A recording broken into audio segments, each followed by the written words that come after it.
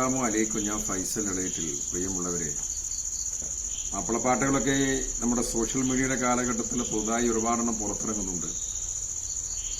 ശരിക്കും ആളുകൾ ഈ ലോക്ക്ഡൌണിന്റെ കാലഘട്ടത്തിലൊക്കെ വളരെ സജീവമായി സോഷ്യൽ മീഡിയയിൽ ഇടപെടുകയാണ് പാട്ടിലൂടെ.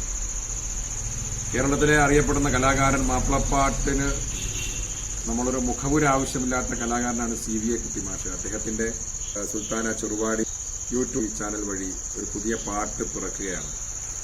അത് എഴുതിയിരിക്കുന്നത് എന്റെ പ്രിയപ്പെട്ട സുഹൃത്ത് റഹ്മത്തുള്ള മഗ്രിബിയാണ്.